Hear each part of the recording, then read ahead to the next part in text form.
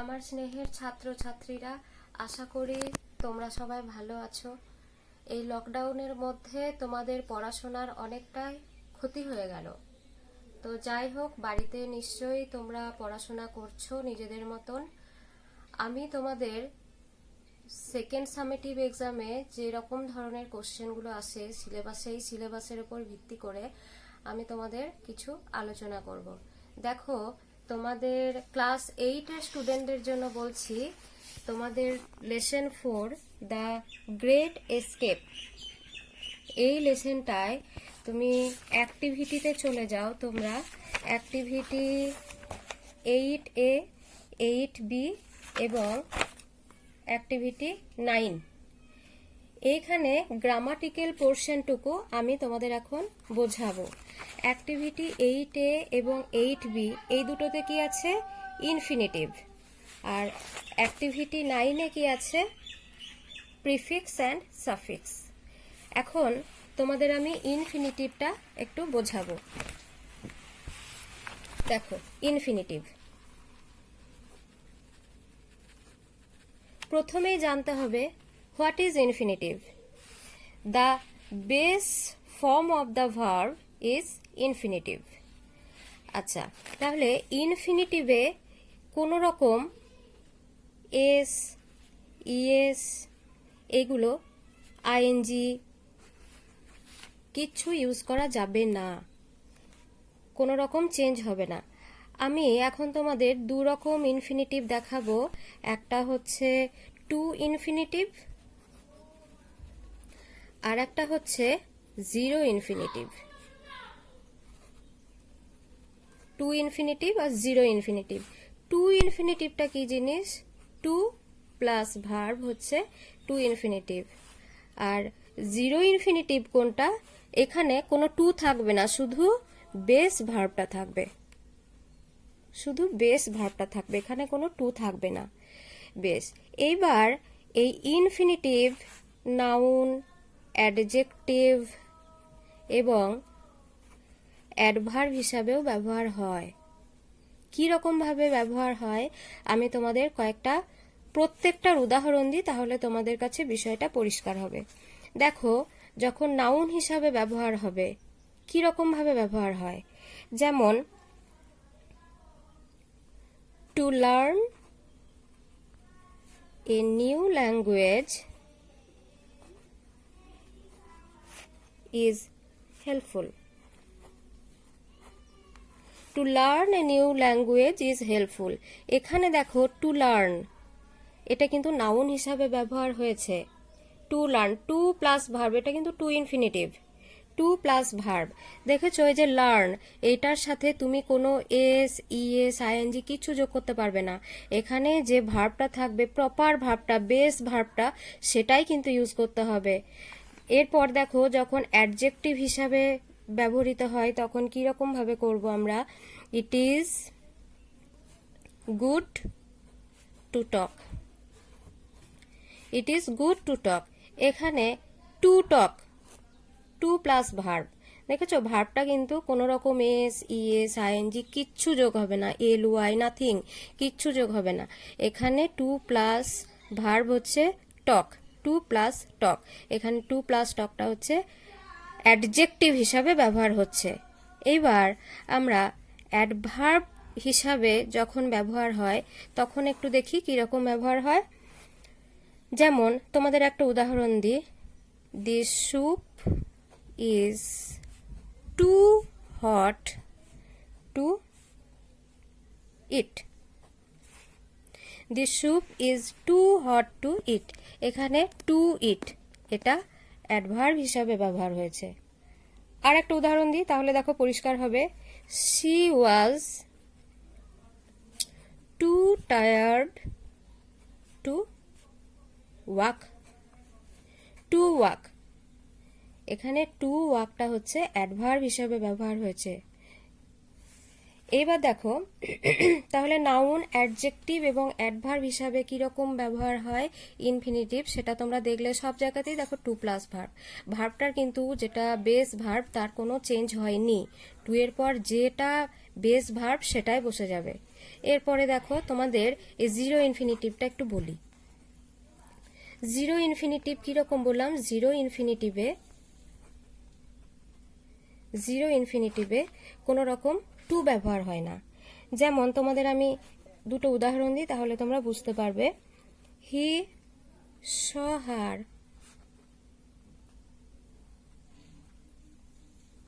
fall from the cliff। আর একটা উদাহরণ দিই, we heard them close to the door. এখানে দেখো হি স হার ফল ফ্রম দ্য ক্লিফ, এখানে ফল এটা হচ্ছে ইনফিনিটিভ। দেখো ফলের সাথে কিন্তু কোনো রকম এস, ইএস, আইএনজি, এলওয়াই কিচ্ছু যোগ হবে না, অনলি ফল। এর পরেরটাতে দেখো ক্লোজ, এই ক্লোজটা হচ্ছে জিরো ইনফিনিটিভ, ফলটাও জিরো ইনফিনিটিভ, এখানে কোনো টু ব্যবহার করা হয়নি। এইবার ইনফিনিটিভ সম্পর্কে একটু ধারণা তোমরা পেলে। এবার তোমাদের টেক্সট বুকে যে অ্যাক্টিভিটি ওয়াইজ কোশ্চেনগুলো আছে ইনফিনিটিভ থেকে, সেগুলো তোমাদের একটু আমি দেখাই। তোমরা সামনাসামনি থাকলে খুব ভালো হতো, কারণ এগুলো তোমরাই রিপ্লাই করতে পারতে। বোঝার পর আমার কাছেও ক্লিয়ার হতো যে তোমরা কতটা বুঝতে পেরেছো কি পারোনি, কি ডাউট আছে। যাই হোক, এখন যেহেতু সেই অপশন নেই, এখন আমি তোমাদের কাছে উত্তরগুলো বলে দিই, তোমরা দেখো। Activity 8A দেখো, in the following sentences underline the words that act like verbs and take objects। এখানে তোমাদের কি করতে হবে, ইনফিনিটিভের নিচে আন্ডারলাইন করতে হবে। প্রথমেরটা দেখো কি আছে, he likes to play badminton, এখানে টু প্লের নিচে আন্ডারলাইন করতে হবে। 2 নম্বরেরটা, his habit is to read the newspaper daily, এখানে বুঝতেই পারছো অবশ্যই টু রিড হবে। 3 নম্বরটা দেখো, her greatest pleasure is to dance, এখানে টু ডান্স হবে, এটা নিশ্চয়ই তোমাদের কাছে ক্লিয়ার হয়ে গেছে। এরপরে অ্যাক্টিভিটি 8B দেখো কি বলছে, আন্ডারলাইন দ্য ইনফিনিটিভস, এখানে ইনফিনিটিভ ওয়ার্ডটা তোমাদের বলেই দিয়েছে, এখানে ইনডাইরেক্টলি বলেছে, এখানে ডিরেক্টলি বলে দিয়েছে, in the following sentences. 1 number দেখো, Raja is not afraid to speak the truth, এখানে অবভিয়াসলি টু স্পিক এর নিচে আন্ডারলাইন করতে হবে। 2 নম্বর দেখো, the teacher was extremely sorry to hear it, এখানে কোনটা হবে, টু হিয়ার। 3 নম্বরেরটা দেখো, the guava is fit to eat, এখানে অবশ্যই টু ইট। আইডেন্টিফাই করা কিন্তু খুব সহজ, তোমরা বুঝতে পারছো। ইনফিনিটিভ একটা সেন্টেন্সের মধ্যে তোমাদের আন্ডারলাইন করতে দেবে কোনটা ইনফিনিটিভ, সেটা তোমরা আন্ডারলাইন করো, সেখানে তোমরা খুব সহজেই কিন্তু আন্ডারলাইন করতে পারবে।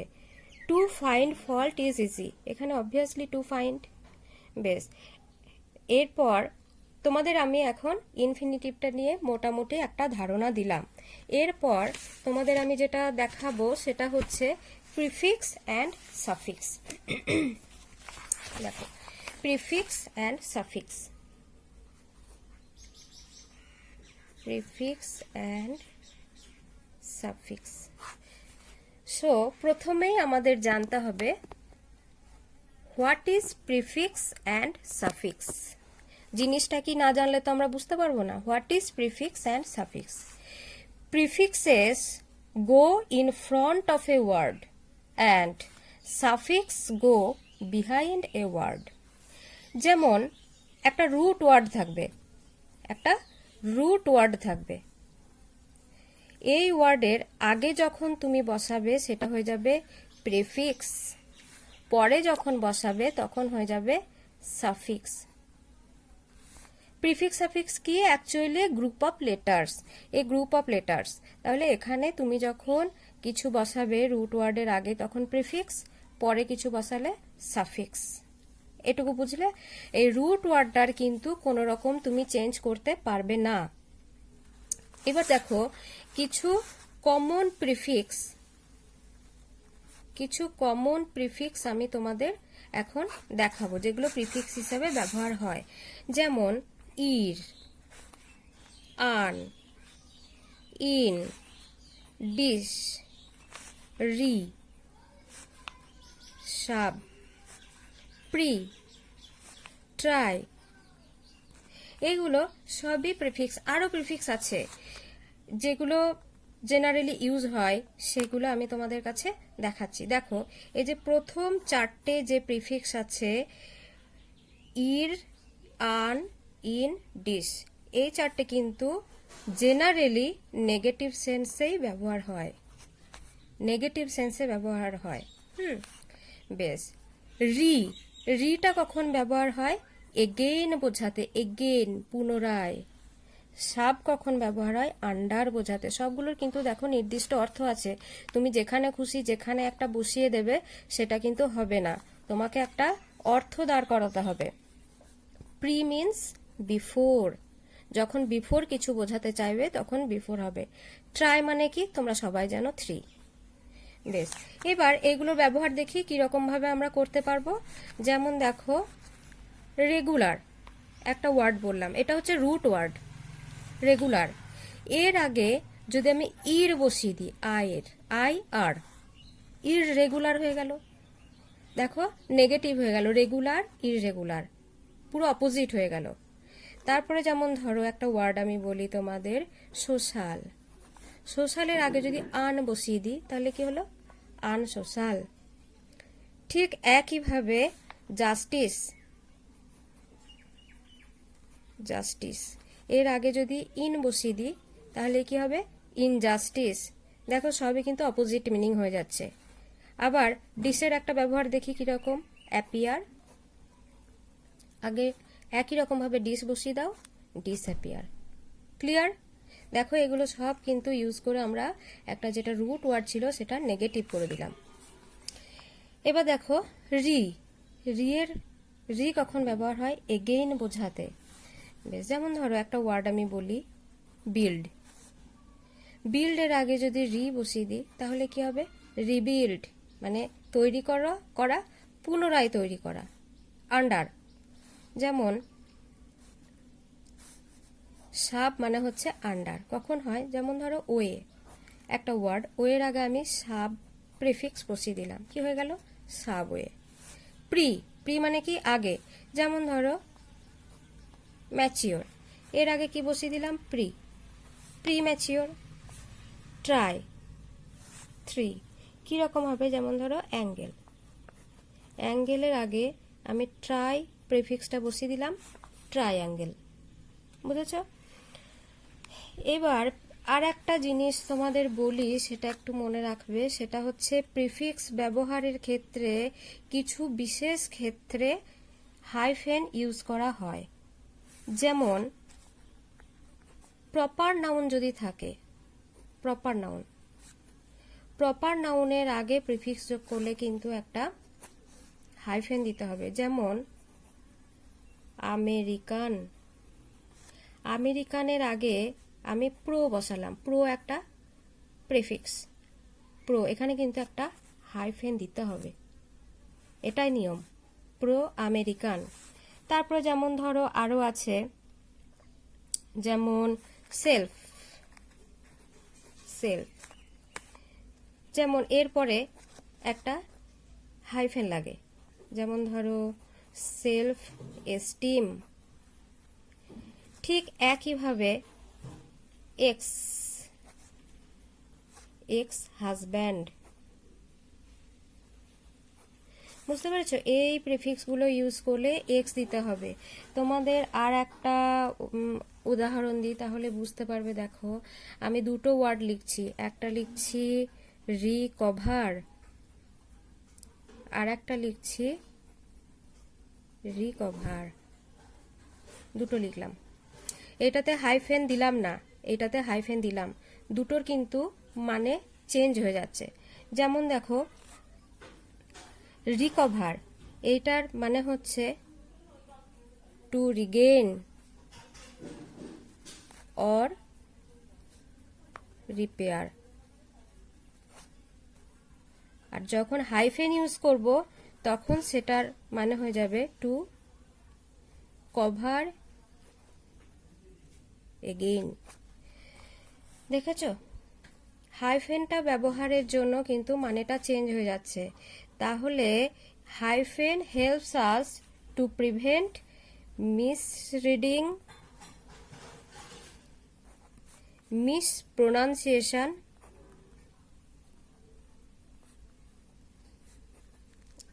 and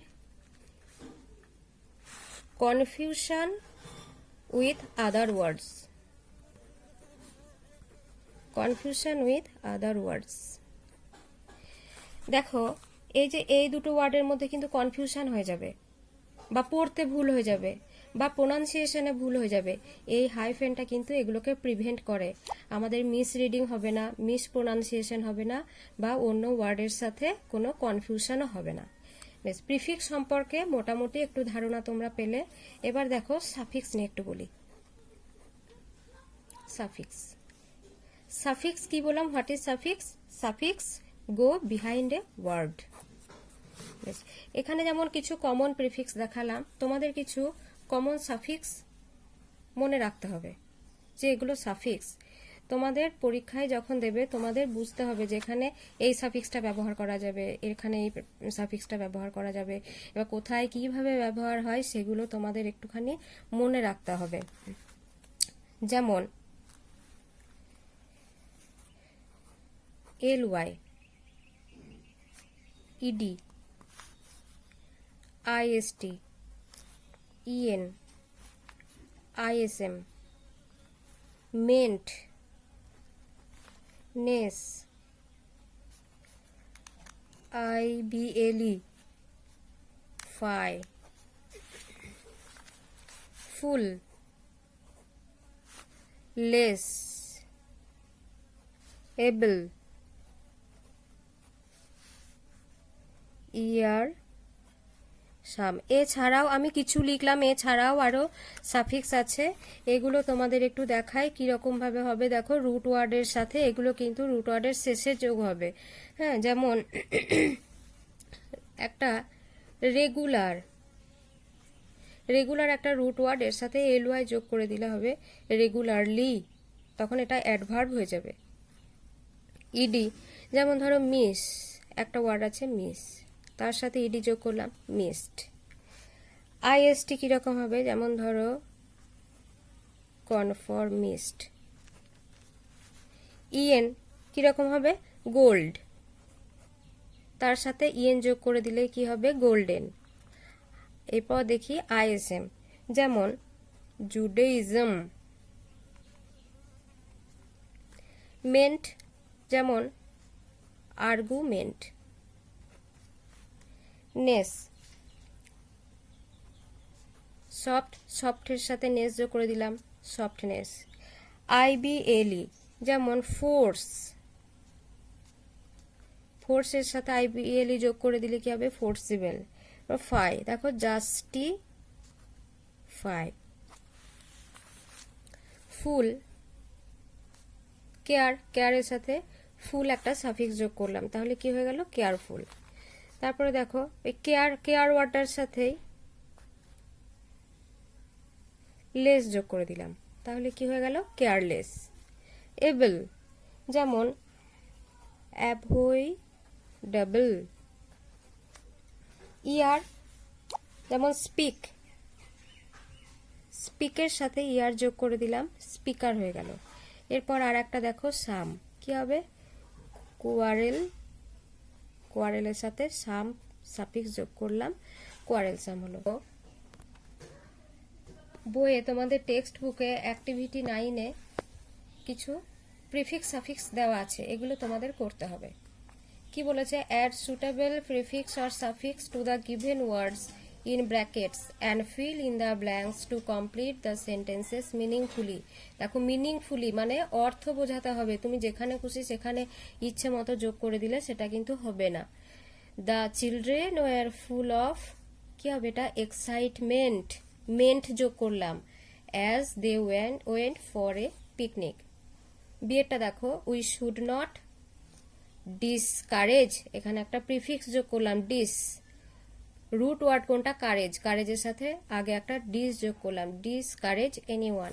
সি এরটা দেখো ইট ওয়াজ এ কমফোর্টেবল, এখানে এ বি এল ই যোগ করলাম, comfortable journey as I got a place to sit. Next দেখো 47, এখানে ডিপেন্ডেন্টের আগে একটা ইন যোগ করলাম, ইনডিপেন্ডেন্ট। এবার তোমরা প্রিফিক্স সাফিক্স সম্পর্কেও একটা মোটামুটি একটা ধারণা পেলে। এবার এগুলো তোমরা বাড়িতে পড়াশোনা করো, বোঝো, তারপরেও যদি সমস্যা কিছু হয় পার্সোনালি আমার সাথে কন্টাক্ট করবে, আমি আরো বুঝিয়ে দিতে পারবো। আজ এটুকুই, আশা করি আসছে না কেন?